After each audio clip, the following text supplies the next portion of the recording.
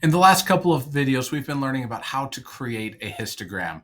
Now I'm going to show you some of the different types of histograms that we could possibly see. In other words, some of the different shapes that we might see um, in our graphs. The first is what's called a uniform distribution. This is where all the bars are roughly the same height. Great example of this is rolling a die, rolling a single die.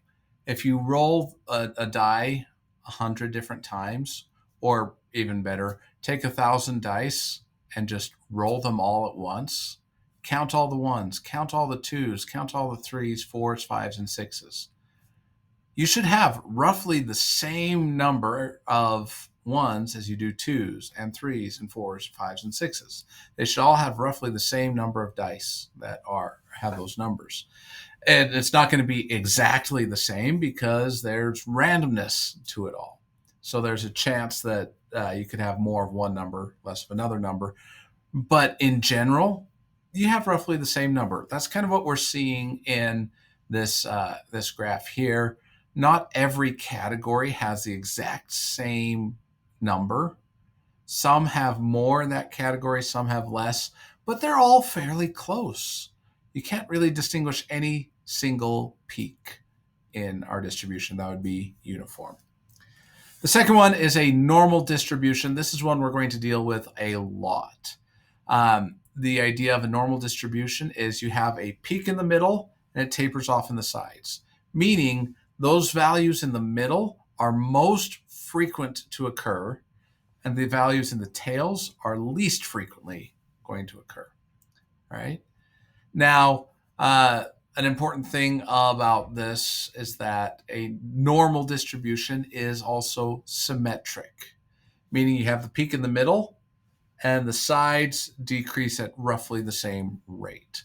This is a pretty good symmetric normal distribution. It's not perfect, but it's pretty close because you have a peak in the middle and then you can follow the line, which follows the data, of course. Those lines drop off at about the same rate. All right. Let me point this out here. We're going to need this for the next couple of slides as well.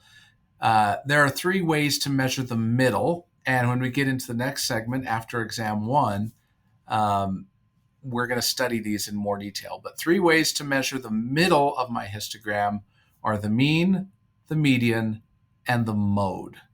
The mode is the most frequently occurring value in our data set. All right, so here in this graph, it looks like this bar right here in the middle, at somewhere between 9.8 and 11.5. I'm estimating here, but somewhere around there. That would be our mode. So our mode is somewhere between 9.8 and 11.5.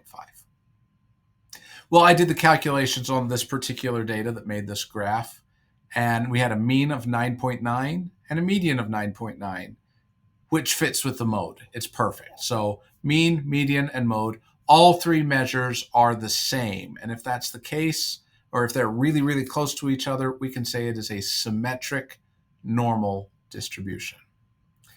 But it might not always be symmetric. You might have a distribution that looks like this. This is what we call a right-skewed normal distribution. Basically, you have data added onto the right tail, there on the right side.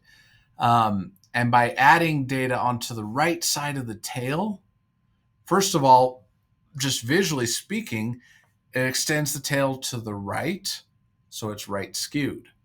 But more importantly, let's look at the mean, the median, and the mode. Remember that the mode is the most frequently occurring, so that would be the values of probably these two bins, this bin in particular, but somewhere around there, which means it's somewhere between 10.5 and 11.5.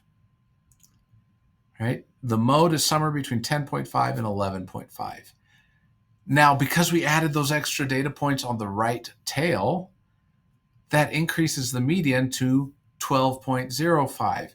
That is now outside of that range for my mode.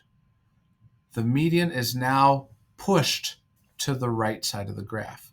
And the mean is now 12.41. It's pushed even further to the right. Hence why we call it right skewed. The mode stays the same, but the mean and the median get pushed or skewed to the right. Now, yes, there's the opposite of this, which would be left skew. That's where we add data onto the left tail, thus shifting the mean and the median further to the left. In this graph here, we have a mode that center peak between 8 and 8.5. The median was pushed to the left at 7.98. The mean was pushed even further to the right at 7.68. It just to lower values. So there you go. We have, so we have the left skew. I'm sorry, I lost my words for a second. There's a left skew. All right, here's another example of a different type of distribution or histogram. This is a bimodal distribution. So remember that the mode is the most frequently occurring bin, and that forms a peak in our normal distribution. But sometimes we might see two peaks in our distribution, kind of like you see in this graph. When that happens, we call this bimodal. Bi meaning two. So two modes, bimodal distribution. You can have 3 modes or 4 modes or 5 modes. Generally, if it's 3 or more, we just give it the blanket definition of multimodal distribution.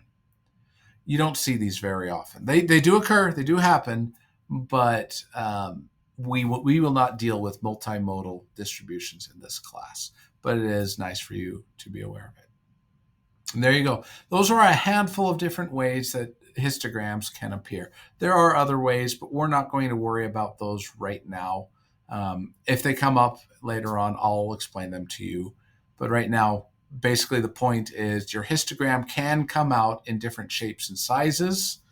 And I want you to remember this skewness. The way that a number is skewed is you add numbers to one tail, and that's going to shift the mean and the median in that direction. Don't worry about how to calculate the mean and the median right now. We'll do that after exam 1. But that is what's happening with a skewed distribution. That does it for histograms. Good luck with the exam, and when we come back, we'll start working on quantitative analysis.